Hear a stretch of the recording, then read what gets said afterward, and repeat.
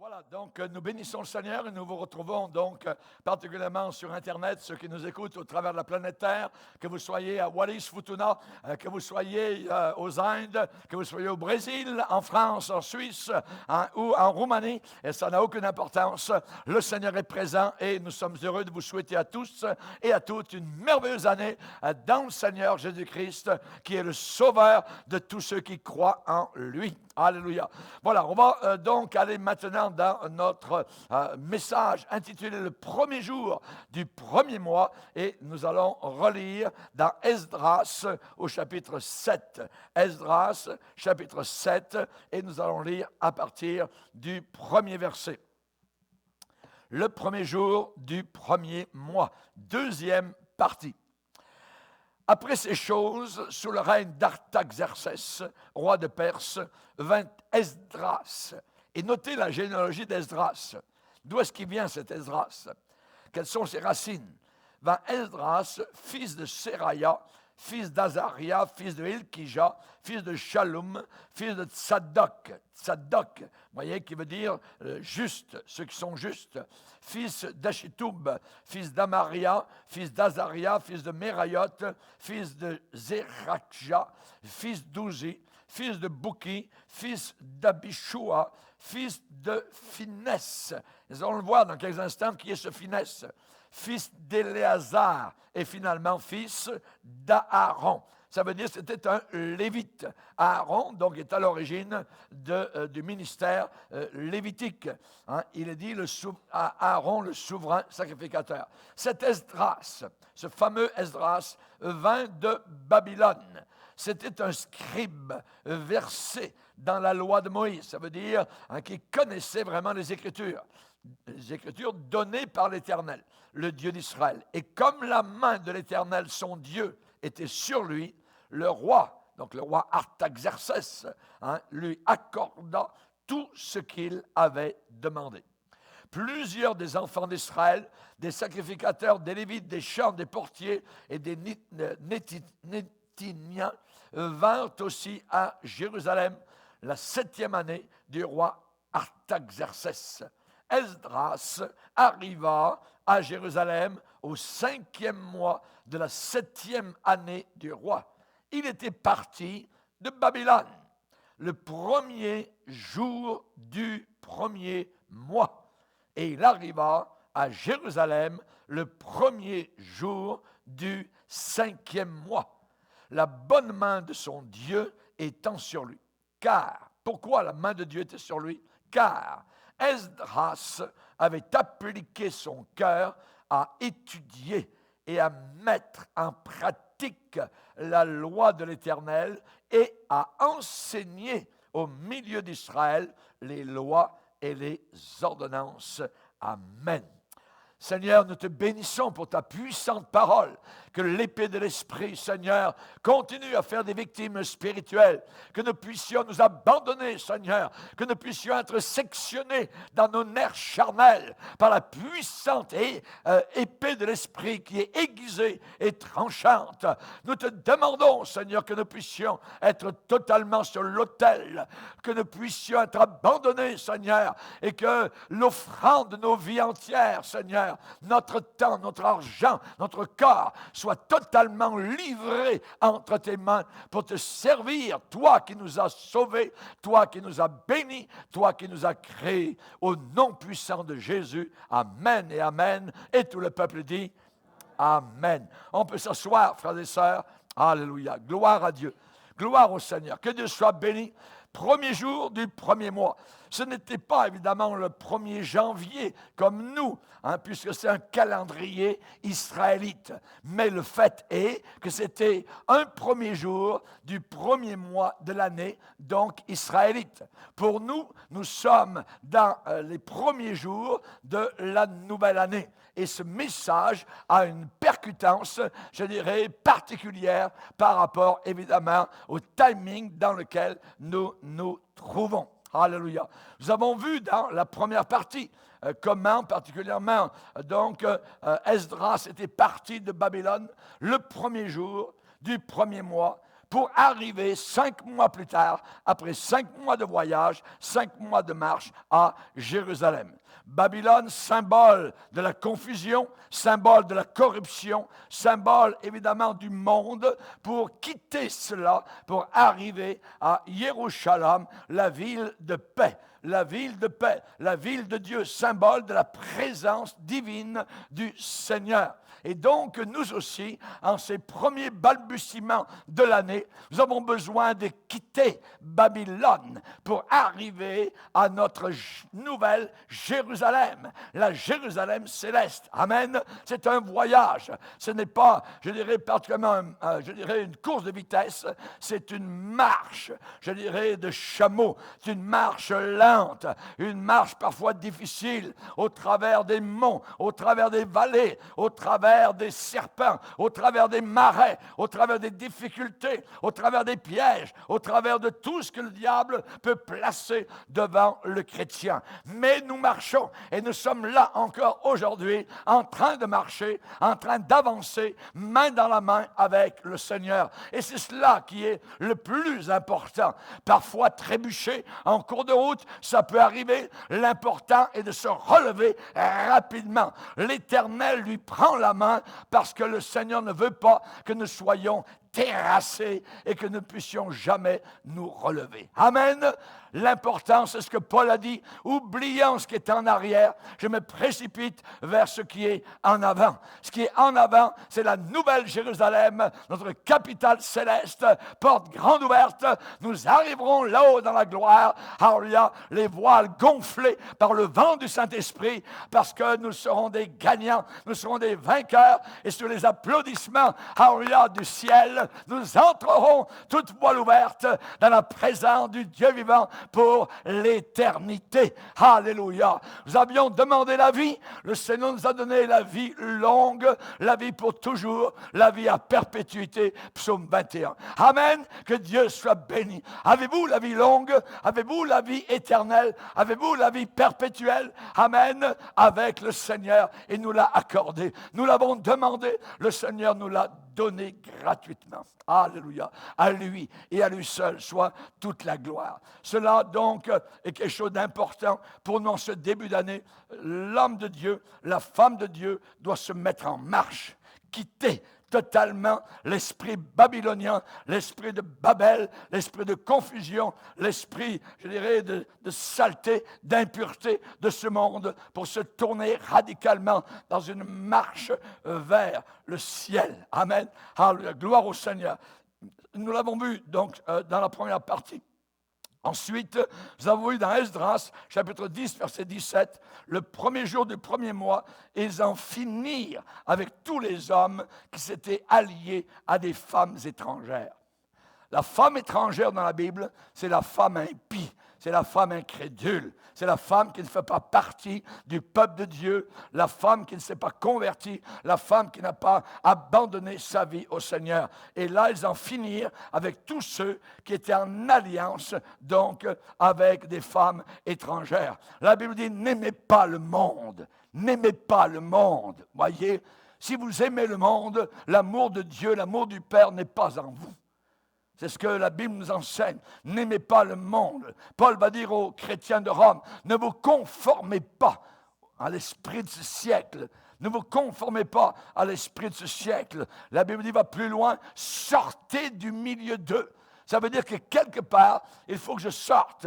L'Église catholique, elle, a enseigné à ses curés à sortir du monde, à aller dans les monastères, à aller dans les montagnes, dans les coins reclus. Ce n'est pas cela que Dieu veut. Jésus n'a jamais demandé une chose semblable. Voyez, il a demandé d'être présent au milieu du monde sans faire partie de ce monde. Nous sommes là, présents, et nous sommes lumière dans ce monde. Hallelujah. Et c'est ce que nous devons être. Mais là, il est dit dans Esdras, le premier jour du premier mois, ils en finirent avec ces gens-là qui s'étaient alliés. Normalement, à l'intérieur de l'Église, quelqu'un qui a un pied dans le monde et un pied avec le Seigneur ne peut pas résister longtemps.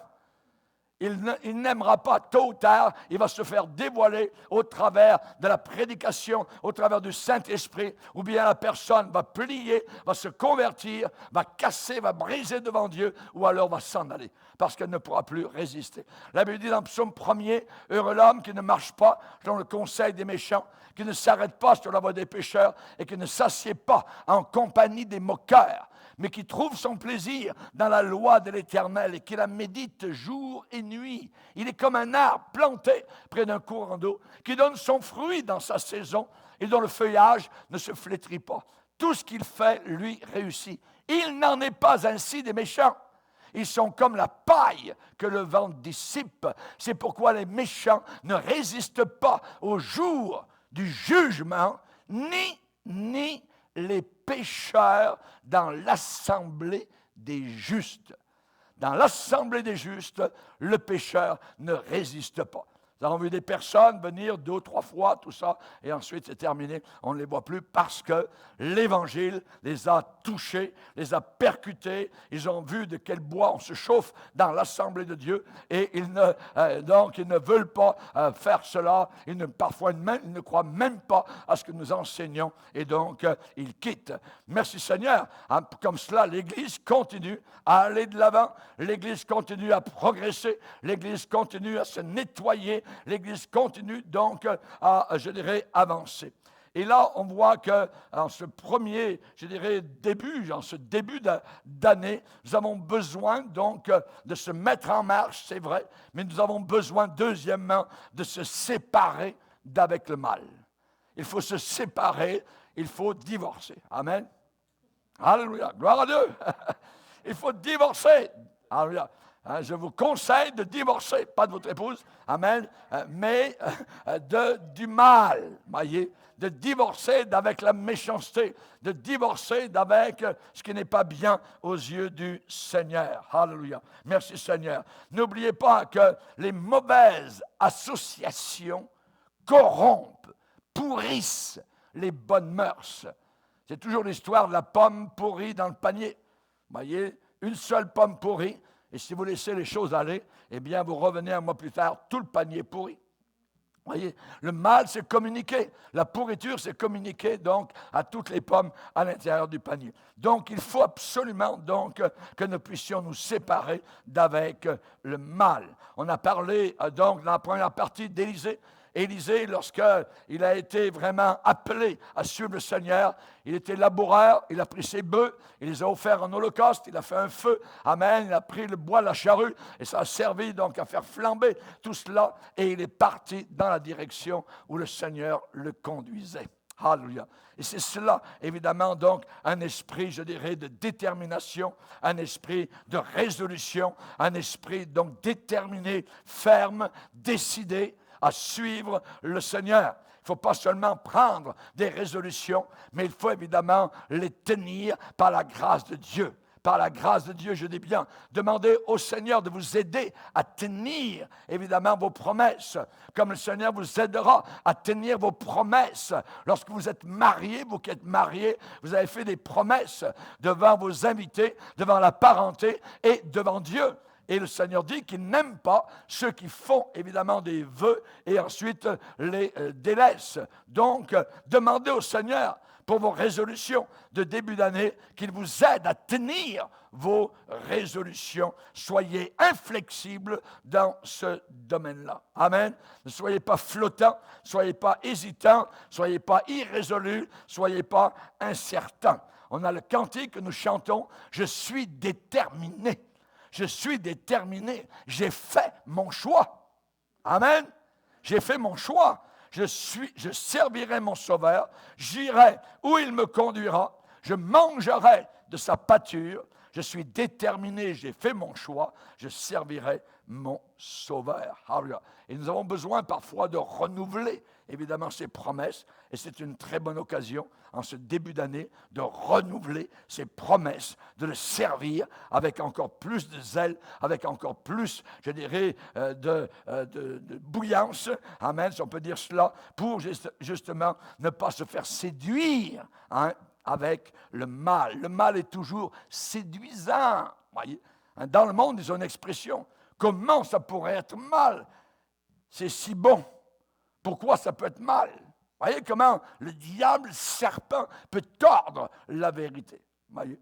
Et on sait que le péché est toujours à premier abord séduisant, et ensuite, il tire de vos yeux des pleurs.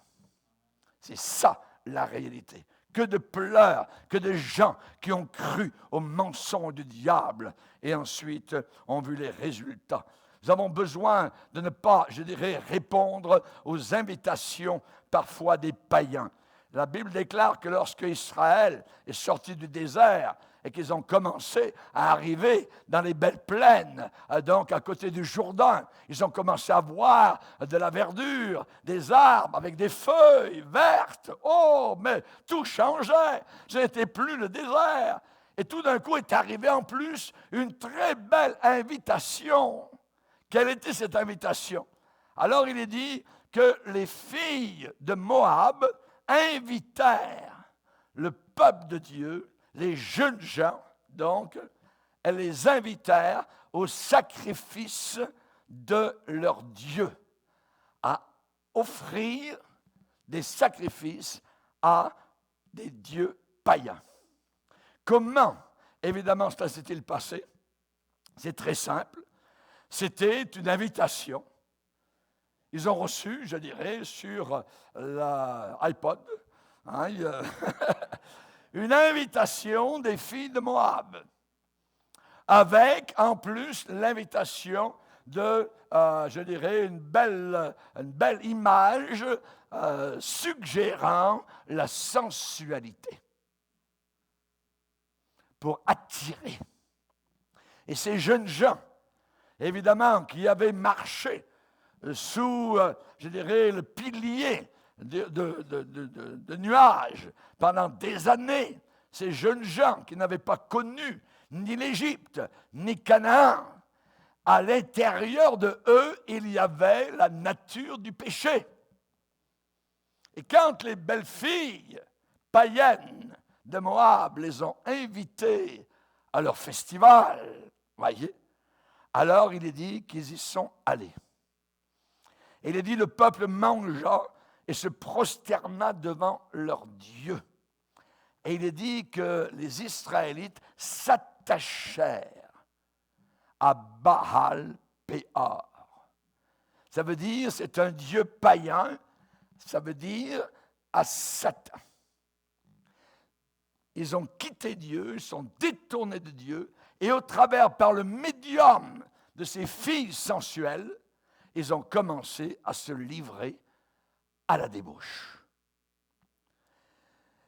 Dans les tentes, ça riait, c'était la foire, c'était vraiment la débauche totale. Et il y avait des gens qui aimaient Dieu dans le camp d'Israël, qui se sont mis à pleurer en voyant tout ce qui se passait.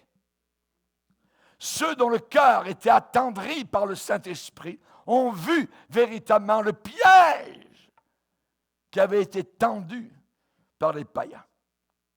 Il est dit, un homme des enfants d'Israël est venu et amena vers ses frères une Madianite. J'imagine très belle, une Madianite. Sous les yeux de Moïse, sous les yeux du pasteur. Ah, pasteur, regarde la belle femme. L'arrogance, le nez en l'air, l'orgueil, sous les yeux de Moïse et sous les yeux de toute l'assemblée des enfants d'Israël, tandis qu'ils étaient en train de pleurer à l'entrée de la tente d'assignation devant Dieu. À cette vue, en voyant cela, il y en a un sur lequel le Saint-Esprit est descendu avec force et puissance. Il s'appelait Finesse. Et dans la généalogie, tout à l'heure qu'on a lu d'Esdras, cet homme est mentionné. Finesse, fils d'Éléazar, fils d'Aaron. Finesse, en voyant ce qui se passait dans le camp, le gars qui a amené cette femme sous les yeux des hommes de Dieu, des femmes de Dieu qui pleuraient devant le péché flagrant en train de se passer, à cette vue, Finesse s'est levé du milieu de l'assemblée, a pris une lance dans sa main. Une lance dans sa main. Symbole de la parole de Dieu, symbole de l'épée du Saint-Esprit. Et il suivit l'homme d'Israël dans sa tente. Et alors qu'ils étaient dans la tente, tous les deux, l'homme d'Israël et la Madianite, la païenne, en train de commettre de l'immoralité totale, Finesse a pris la lance et les a percés tous les deux. L'homme d'Israël, puis la femme par le bas-ventre. Paf! Et il est dit, et la plaie s'arrêta. Pourquoi? Parce qu'il y avait une plaie. Une plaie. Il y avait quelque chose qui se passait. Il y avait des morts qui tombaient. C'était véritablement là une pandémie dans le camp d'Israël. Un jugement de Dieu à cause de leurs péchés. Savez-vous combien il y a eu de morts cette journée-là dans le camp d'Israël? 24 000 morts en un seul jour. Et pas des rapports à bric-à-brac qu'on entend à la télévision comme nous l'entendons. C'était des véritables morts. Jugés par Dieu. Quand est-ce que la plaie s'est arrêtée? Lorsqu'un homme s'est levé, a pris sa lance et a percé le gars et la bonne femme par le bas du ventre. Et Dieu a dit, très bien. C'est très bien, Finesse. Et Dieu a déclaré, Finesse, fils d'Éléazar, fils du sacrificateur Aaron, a détourné ma fureur de dessus les enfants d'Israël, parce qu'il a été animé de mon zèle au milieu d'eux. Et je n'ai pas, dans ma colère, consumé les enfants d'Israël. Le Seigneur aurait tué tout le monde. Mais quand un seul homme s'est levé, toc, la plaie s'est arrêtée. Et je n'ai pas, dans ma colère, consumé les enfants d'Israël. C'est pourquoi tu diras que je traite avec lui une alliance de paix. Ce sera pour lui et pour sa postérité après lui l'alliance d'un sacerdoce perpétuel. Pourquoi? Parce qu'il a été zélé pour son Dieu au milieu de cette apostasie totale. Et chers amis, nous avons besoin d'être dans la nouvelle année zélés pour le Seigneur. Se saisir de la lance, l'épée de l'Esprit.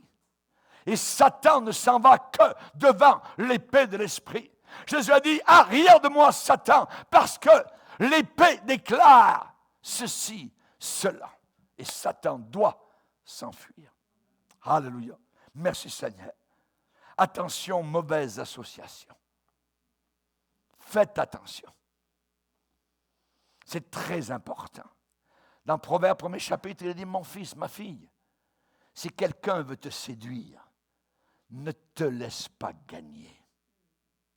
Ne te laisse pas gagner. Ce sont les mots mêmes de la Bible. Ne te laisse pas gagner. Si quelqu'un veut te séduire.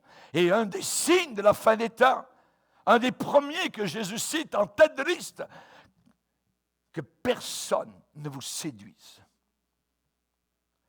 La séduction, c'est, je dirais, c'est lié au mensonge. C'est faire croire quelque chose qui ne peut pas apporter satisfaction. Mon fils, si des gens veulent te séduire, ne te laisse pas gagner. Pour toi, homme de Dieu, fuis ces choses. Pour toi, femme de Dieu, fuis ces choses. Fuir, c'est fuir. C'est s'en aller. Comme Joseph a fui la femme qui avait retenu sa chemise. Elle a fait croire que Joseph avait voulu donc avoir commerce avec elle, alors que c'était faux. Quand Jésus a parlé avec Zachée, c'était différent que lorsqu'il a parlé avec les pharisiens. à Zachée, un pécheur. Jésus a dit, il faut que j'aille aujourd'hui chez toi.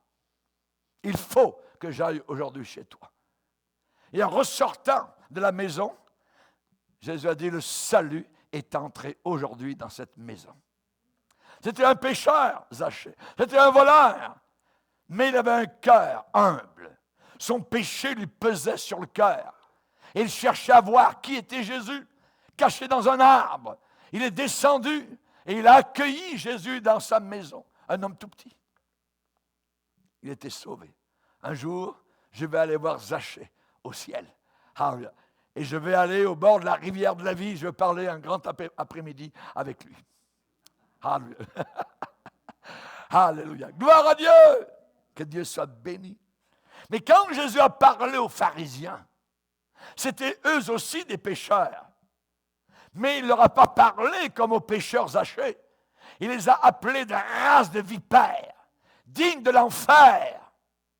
Parce que ces gens-là disaient, on aime Dieu, on prie Dieu, nous on est mieux que eux, que ci, que ça. Ah, l'hypocrisie, s'il y a une chose que Jésus est, c'est le mensonge, c'est le faire à croire, c'est l'hypocrisie, c'est jouer un jeu qui n'est pas vrai et qui est un mensonge.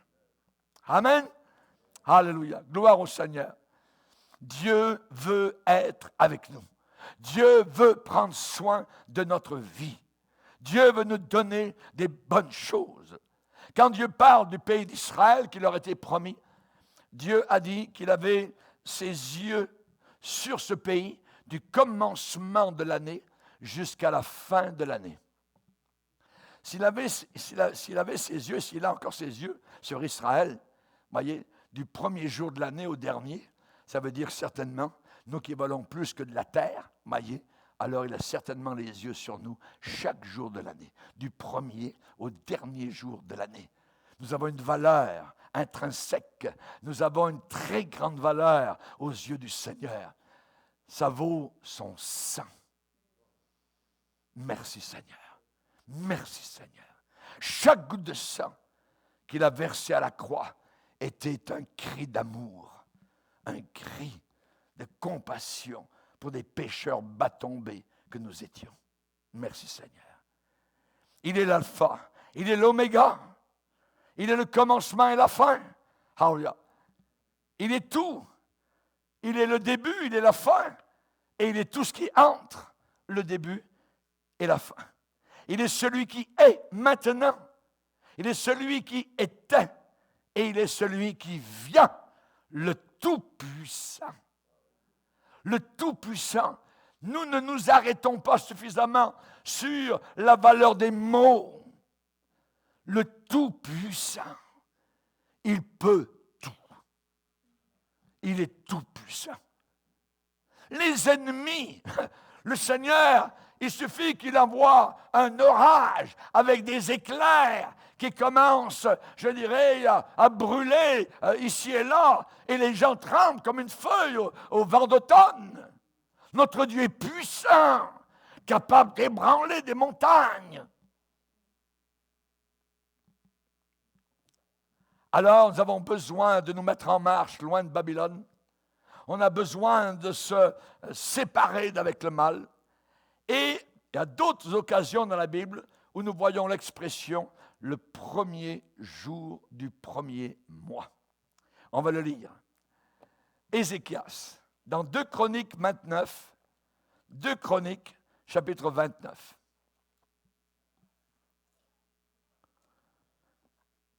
De Chroniques, chapitre 29, verset 17.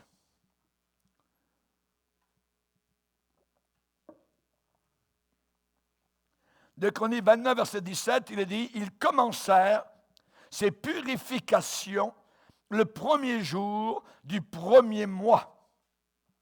Et le 8e jour du mois, une semaine plus tard, ils entrèrent dans le portique de l'Éternel et ils mirent 8 jours à purifier la maison de l'Éternel.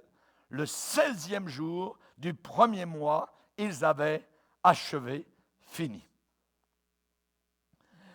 Qu'est-ce que ça veut dire? Ça veut dire que le premier jour du premier mois sous le roi Ézéchias, qui était un jeune roi de 25 ans, il était rempli de la volonté de Dieu, de la pensée de Dieu, et en arrivant, il a vu que le temple à Jérusalem, les portes étaient fermées depuis des années. À l'intérieur, c'était les rats qui grouillaient. C'était, je dirais, les oiseaux qui entraient par les fenêtres brisées.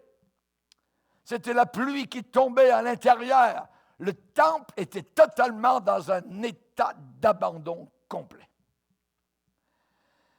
Ézéchias a dit,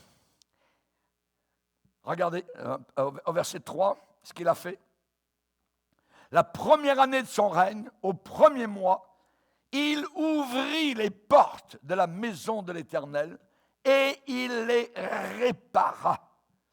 Il fit venir les sacrificateurs et les Lévites qu'il assembla dans la place orientale et il leur dit, écoutez-moi Lévites, maintenant, sanctifiez-vous, sanctifiez la maison de l'Éternel, le Dieu de vos pères, et mettez, deuxièmement, ce qui est impur hors du sanctuaire.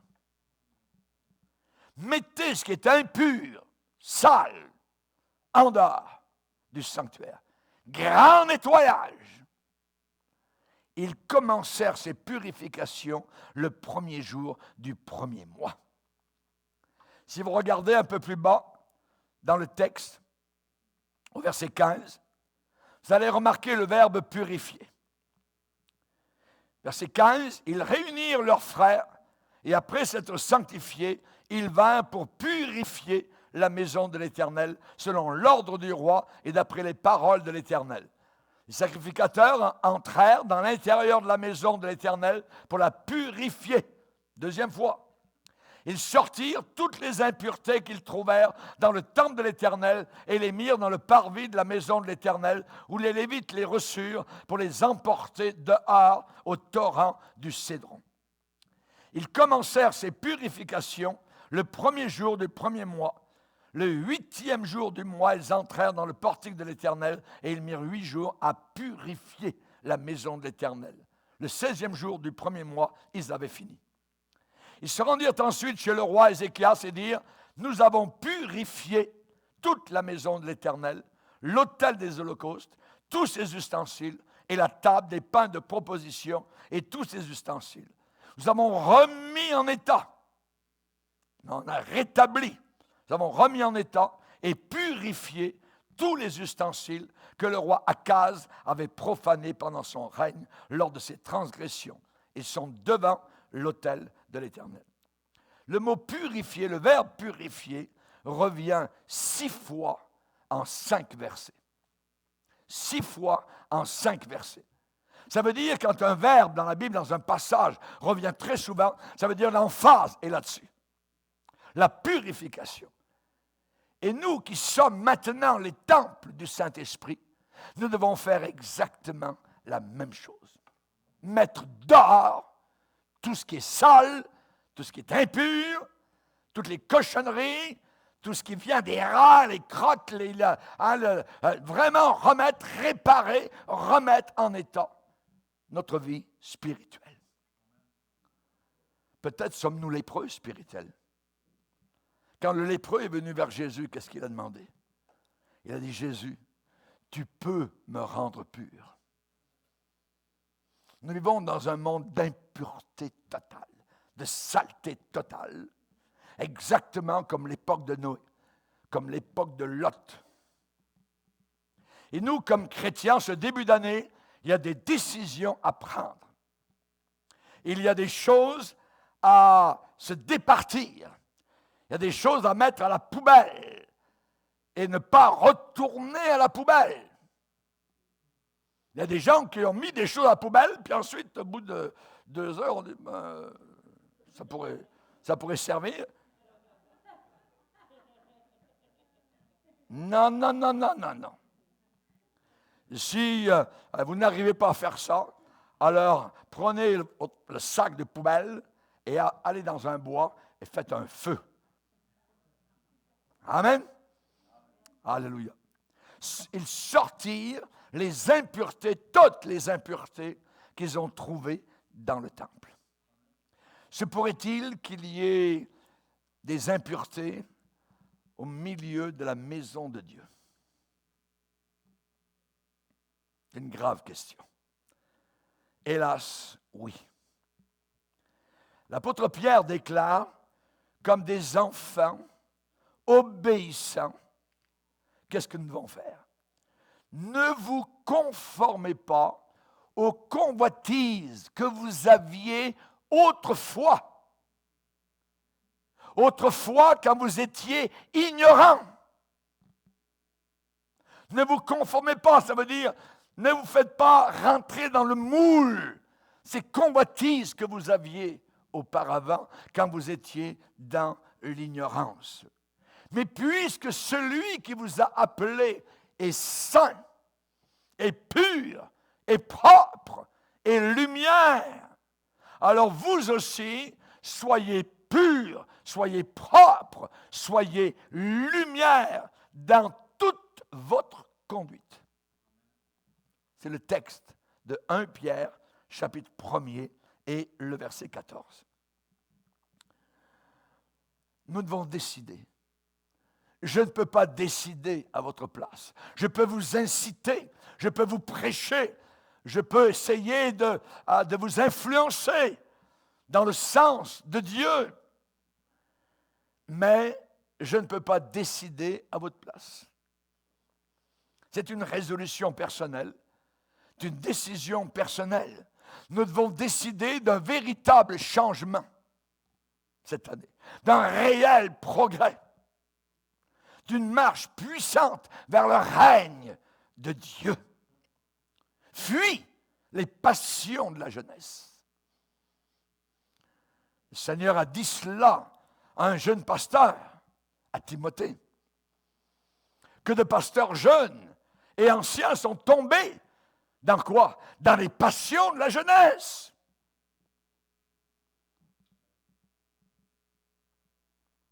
Il faut une vie vraiment à part, une vie sanctifiée.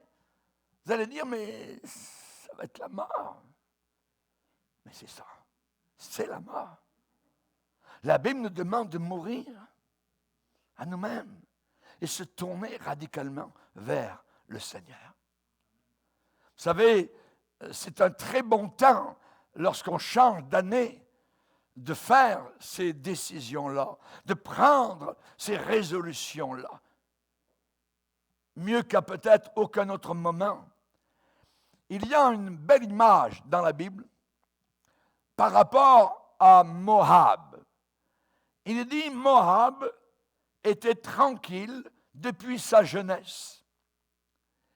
Il reposait sur sa lit, pas sur son lit, sur sa lit, L-I-E.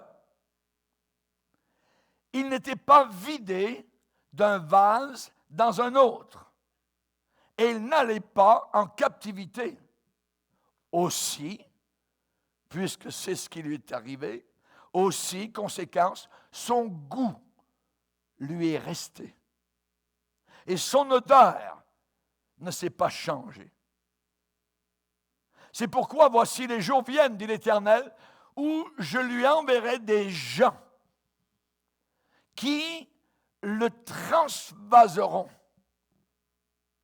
Ils videront ses vases et feront sauter ses outres. Vous dites, pasteur, c'est du vrai charabia, je n'ai rien compris. Je vais vous expliquer.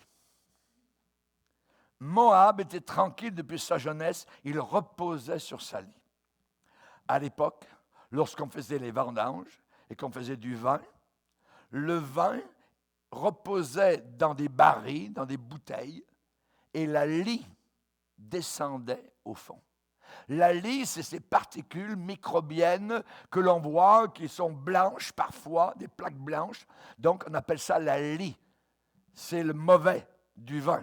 Et ça descend donc au fond, au bout évidemment de plusieurs jours, parfois plusieurs mois. Et ensuite, pour avoir un vin propre, limpide. Donc, ce qu'on faisait, on prenait ces vases et délicatement, on transvasait ça, ce vin, dans d'autres vases. Et on laissait la lie, donc, de côté. Et ensuite, donc, là encore, il restait encore de la lie, et la lie descendait au fond. Il y en avait bien moins qu'avant, mais il y en avait encore. Et là, ensuite, on transvasait encore, jusqu'à ce que le vin soit parfait et qu'il n'y ait plus aucune lie. Ici, ça dit Moab reposait sur sa lie. Moab reposait sur sa pourriture. Il reposait sur ses microbes. Il reposait sur ses saletés. Il n'était pas vidé d'un vase dans un autre. Vous comprenez maintenant? Ça veut dire que sa situation restait toujours identique. Dieu permet des circonstances vases où nous sommes transvasés. Pourquoi Dieu permet-il ce transvasement? Pour la personne, c'est « Mais non, j'étais bien avant, pourquoi? » Mais non, le vigneron vient et il prend le vase et il le vide dans un autre vase, pour qu'ensuite le vide dans un autre vase. Notre vie chrétienne, elle est faite de ça, de transvasement d'une situation dans une autre, dans une autre. C'est parfois éprouvant parce qu'on se trouve dans un vase. Oui, je suis habitué à ce vase, ça va bien, tout ça. Oui, il y a un peu de pourriture, tout ça, mais puis un beau jour, il y en a bien moins. Puis un autre jour, il y en a bien moins. Puis un jour, il n'y en a plus. C'est ce que Dieu veut. Il y a des situations, je dirais, que Dieu permet, qui à nos yeux sont totalement, je dirais, « Oh Seigneur, j'étais bien, pourquoi? » Il va vous transvaser. Moab était tranquille, oui, négligent, un peu avec Dieu, un peu ceci, un peu cela, un peu adoré les dieux de Moab, et puis bon, là-bas en Israël, ils ont le vrai Dieu, ils le disent que c'est le vrai Dieu, mais on ne sait pas trop, et ainsi de suite. Et là, donc, il était tranquille. Le diable vous laissera tranquille. Il va vous laisser tranquille si vous êtes soumis à Satan. Mais si vous êtes soumis à Dieu, et si vous voulez vous approcher de Dieu, vous allez ressentir une bataille, un combat, parce que le diable veut que vous reposiez sur votre lit, votre pourriture. Il n'était pas vidé d'un vase dans un autre, et il n'allait pas en captivité. Il y a des situations dans lesquelles le Seigneur nous emmène et nous sommes captifs. Les barreaux sont là. Ils ne sont pas visibles, mais ils sont très réels. Vous êtes pour certains dans des situations, vous ne pouvez pas vous en sortir. Et Dieu a permis ces captivités, il a permis ces emprisonnements pour justement que la lie s'en aille, descende, ne reste pas au travers de votre bouteille. Et comme Moab reposait sur sa lie, n'était pas vidé d'un vase dans un autre, il n'allait pas en captivité, alors son goût lui est resté. Il y a des chrétiens, vous les parlez avec eux aujourd'hui, vous leur parlerez dans 20 ans plus tard, même affaire. Même affaire. Même péché, même tendance, même dénigrement, même accusation, c'est la même affaire. Leur goût est resté le même. Et son odeur ne s'est pas changée. Il continue à sentir la cigarette. Il continue à sentir la pourriture. Vous le voyez, l'odeur sort de leurs yeux. Il y a des yeux sales, parce qu'ils ont regardé de la pourriture, de la saleté pendant des heures. Son odeur ne s'est pas changée. C'est pourquoi, dit le Seigneur, je les aime suffisamment, je vais envoyer des personnes qui vont les transvaser. Ils vont les transvaser. Il faut que cette lie s'en aille. Et à ce moment-là, ils videront ces vases et feront sauter ses outres. Dieu veut absolument notre sanctification. Il veut que notre goût change. Il veut notre progrès. Il veut que nous soyons vidés d'une situation dans une autre. Reposer sur la lie ou bien être transvasé. À nous, évidemment, le choix. Cesser d'être négligent. Ça veut dire cesser d'être superficiel. Cesser d'être nonchalant. Il faut être vaillant. Il faut être sur nos gardes. L'heure actuelle, l'heure dans laquelle nous entrons, demande une vigilance extrême jour et nuit. Jour et nuit. La Bible dit malheur à celui qui fait avec négligence l'œuvre de Dieu. Avec négligence. Mais la Bible déclare ton peuple, Seigneur, est plein d'ardeur quand tu rassembles ton armée. Plein d'ardeur quand tu rassembles ton armée. Donc, purification de la maison de Dieu. Du temps d'Ézéchias, ce jeune roi, ils ont purifié la maison du Seigneur. Et il y a un autre endroit dans la Bible où l'on parle du premier jour, du premier mois de l'année. Et cela avec le contexte de prendre part, de participer à la vie du Saint-Esprit, à la vie de l'Esprit. On va lire, c'est Ézéchiel qui nous parle de cela, dans Ézéchiel 29, Ézéchiel 29, verset 17.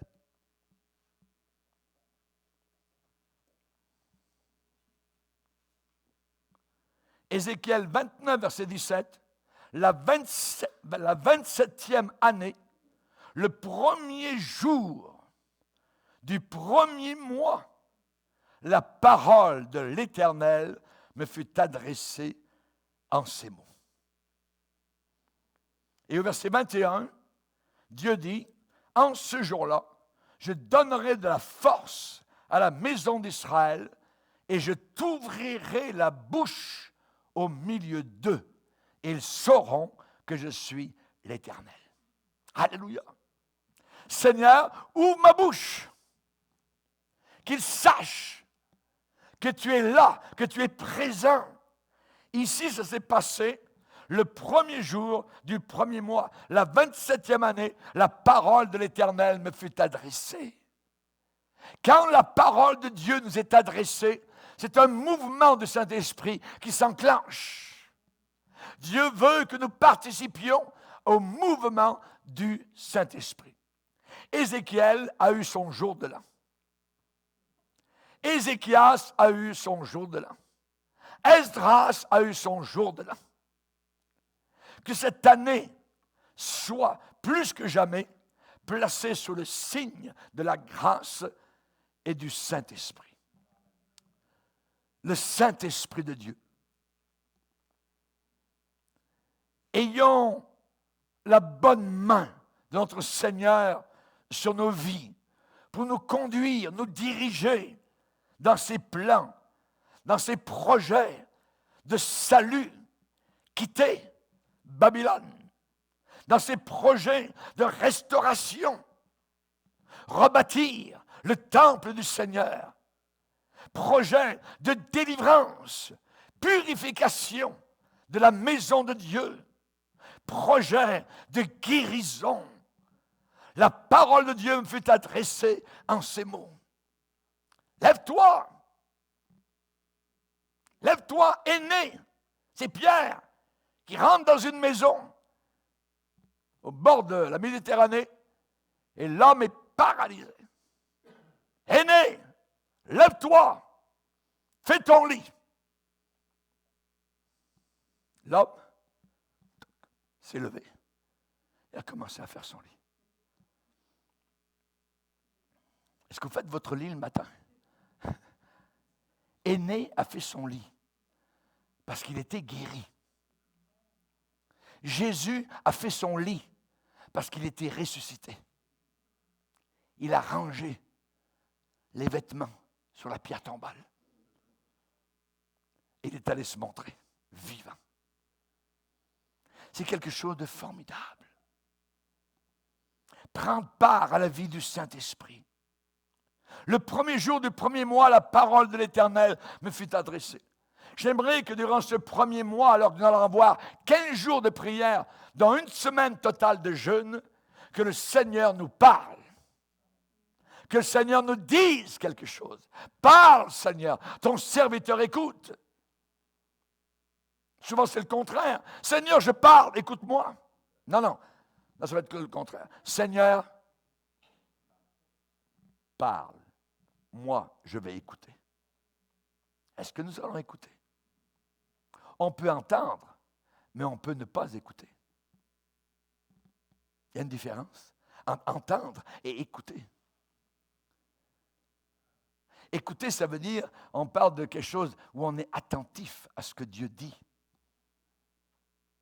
Qu'est-ce qu'il est en train de nous dire en ce début d'année? Après ce que nous avons passé, qu'est-ce qu'il est en train de dire? On arrive. Ça sera plus long. On arrive. La Bible dit, ça ne pourra plus continuer tel quel trop longtemps. Je reviens. Pas bientôt. C'est mal traduit. Le mot takou veut dire soudainement. Je serai là. Et vous allez monter dans les airs, au-dessus de la planète Terre, avec la puissance du Saint-Esprit. Si Dieu était capable de prendre du sable, de la poussière et de former un corps humain, il est capable de tout. Il est capable de tout. Amen. Nous ne sommes que poussière.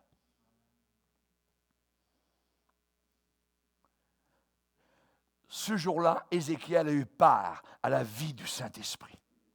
Pas seulement ce jour-là, mais cette journée-là, il l'a marqué. Le premier jour du premier mois. Quel beau jour ce fut pour Ézéchiel. Nous avons besoin d'avoir soif. Soif de Dieu. Le connaître. Je n'ai jamais eu autant soif. Ayons soif de la vie du Saint-Esprit. Comme une biche soupire après les eaux du ciel. Ayons soif de la direction du Saint-Esprit. Comment le Seigneur va-t-il nous diriger? Il nous a dirigés, il nous a bien dirigés l'année passée. Comment va-t-il nous diriger cette année? Ça ne veut pas dire qu'il va nous diriger de la même manière. Mais il faut être attentif. La parole de Dieu me fut adressée le premier jour du premier mois. Et quand Dieu parle, alors, chers amis, c'est inaltérable, ineffable, c'est glorieux, ça va se réaliser, ça s'accomplit. Ce n'est pas des paroles de prophètes de blabli, non, c'est la réalité. La réalité. Désirons que cette année soit une année de progrès dans la vie de l'esprit. Reconnaître ce qui est du diable, de ce qui est de la chair, de ce qui est de l'homme, de ce qui est de Dieu. Il y a différentes voix qui peuvent parler. Et Jésus dit, mes brebis reconnaissent ma voix. Au milieu de 1000 voix, vous devriez reconnaître la voix du Seigneur. Si vous êtes une brebis du Seigneur. Dieu parle en chemin. Les 2 disciples d'Emmaüs, quand Jésus a disparu, de leur regard, ils ont dit, notre cœur ne brûlait-il pas pendant qu'il nous parlait en chemin? Jésus parle en chemin. Nous sommes en train de passer d'une année à une autre. Nous sommes transvasés dans d'autres situations qui vont arriver. Notre goût va changer. Notre odeur devrait s'améliorer. Notre parfum spirituel devrait être humé un peu plus loin. Étant en chemin, Dieu m'a conduit, a dit le serviteur d'Abraham, pour trouver la belle Rebecca. étant en chemin, Dieu m'a conduit. Il y a des gens qui cherchent, des jeunes gens qui cherchent des filles, et puis il y a des filles qui cherchent des gars. Auparavant, dans l'Église de Dieu, personne ne cherchait personne. C'était Dieu qui conduisait les vies les unes vers les autres. Aujourd'hui, ils essayent de séduire, se séduire, tout ça, regarde-moi. Non. Ça peut être une répulsion, au contraire. Auparavant, un jeune homme chrétien cherchait une jeune femme qui savait plier les genoux devant Dieu et qui était là à la réunion de prière. J'ai bien observé quand j'étais jeune pasteur. J'avais 24 ans, pas 25 ans. Et dans ma première église, il y avait une famille qui venait à toutes les réunions de prière à 8 heures le matin. Et particulièrement une maman avec sa fille. Et cette maman avait 13 enfants et elle faisait environ 1000 de marche pour venir et 1000 à pied de retour. Quand j'ai bien observé la fille, j'ai dit, c'est merveilleux. Ils aiment la prière.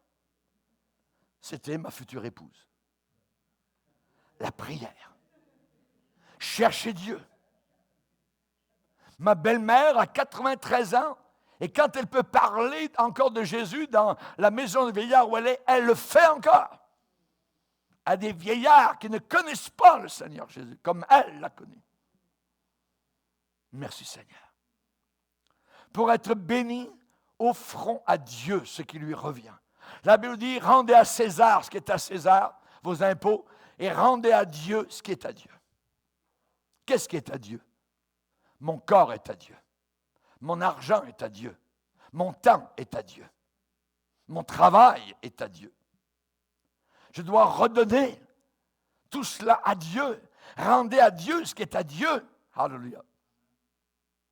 On nous annonce dans la Bible des temps difficiles. Ce mot difficile, c'est diaboloi en grec. Des temps diaboliques. En face de nous, des temps diaboliques vont arriver pire que dans le passé.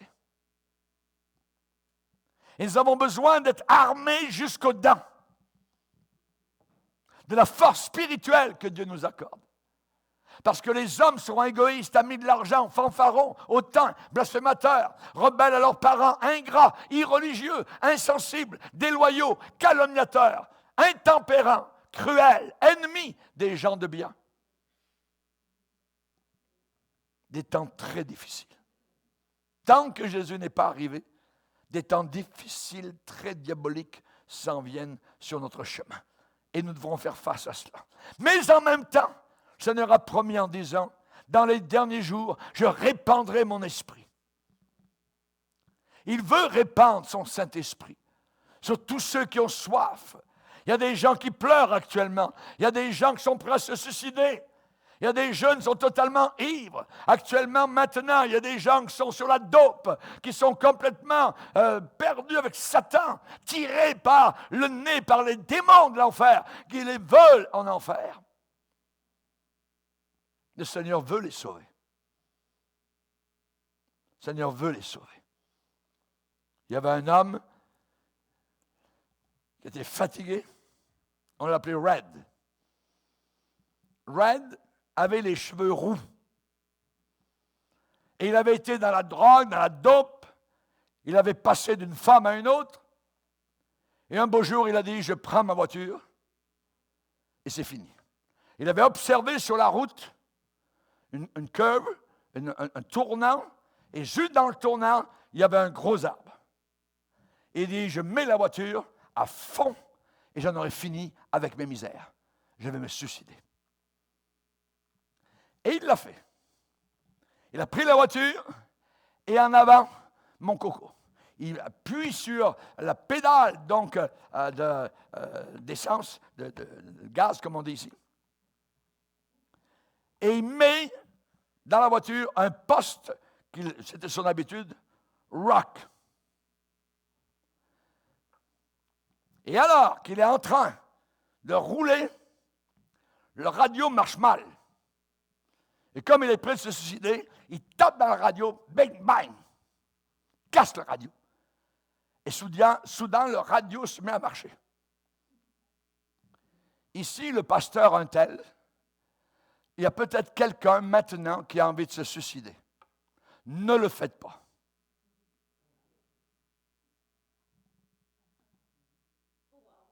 Ah!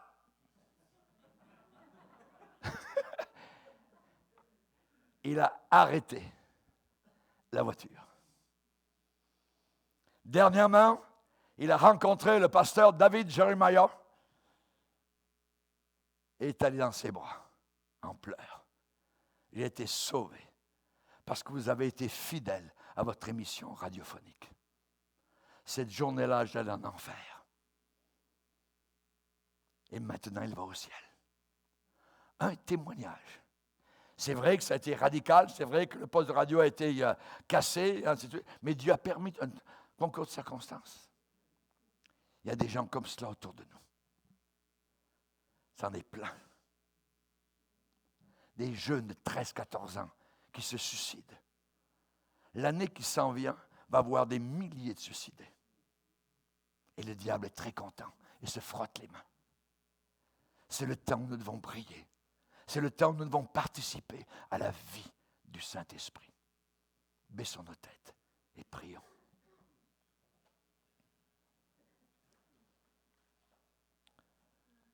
Seigneur, nous sommes devant toi. Seigneur, Dieu puissant, nous sommes en ce début d'année, Seigneur, et que de choses dans la Bible sont arrivées en ces débuts d'année. Autant pour Ézéchiel, qui a pris part à la vie du Saint-Esprit, tu lui as parlé véritablement. Autant pour Ézéchias, qui a nettoyé le temple de fond en comble, en réparant les portes, en nettoyant, en rétablissant ce qui avait été cassé, brisé. Seigneur, nous voulons nous séparer d'avec le mal. Comme le premier jour du premier mois, ils en finirent avec ceux qui s'étaient alliés avec le mal. Nous voulons quitter Babylone, un dernier bye-bye, sans nous retourner. Nous ne voulons pas faire comme la femme de Lot, qui a tourné et qui a regardé Sodome en train de brûler. Aide-nous, s'il te plaît, Seigneur, à prendre des décisions, des résolutions, à te servir, non pas avec négligence, en flottant, de manière indécise, distraite, mais de façon déterminée et ferme. Aide-nous, s'il te plaît, Seigneur, dans ce temps où nos cœurs sont sondés, challengés, où nous décidons de te suivre envers et contre tout, quel que soit le prix à payer, nous te le demandons, Père. Te prions pour nos pays, Seigneur, qui ont tant besoin de ton secours. Des aveugles, conduits par des aveugles. Aide-nous, s'il te plaît, à faire briller la lumière, comme un phare sur la côte, au nom puissant de Jésus. Amen. Et tout le peuple dit Amen. Levons-nous devant le Seigneur.